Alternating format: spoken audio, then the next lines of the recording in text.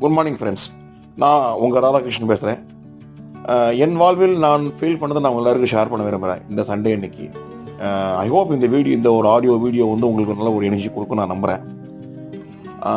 வாழ்க்கையில் ஜெயிக்கணும் தோக்கணும் ரெண்டு விஷயம். எல்லாரும் ஜெயிக்கணும் தான் போராடுறோம், யாரும் தோக்கணும் போராடுறதில்ல. ஆனால் ஜெயிக்கணும் போராடுறவங்களுக்கு தோக்கணும் போராடுறவங்க ஒரு வித்தியாசம் ஒன்று என்னென்னா, ஜெயிக்கணும்னு போராடுறவங்க புதுமையாக ஒரு விஷயத்தை பண்ணுவாங்க, புதுமையாக ஒரு விஷயத்தை நோக்கி ஓடுவாங்க, தன்னுடைய கோலை வந்து அடைக்கிறதுக்காக பாசிட்டிவாக இருப்பாங்க.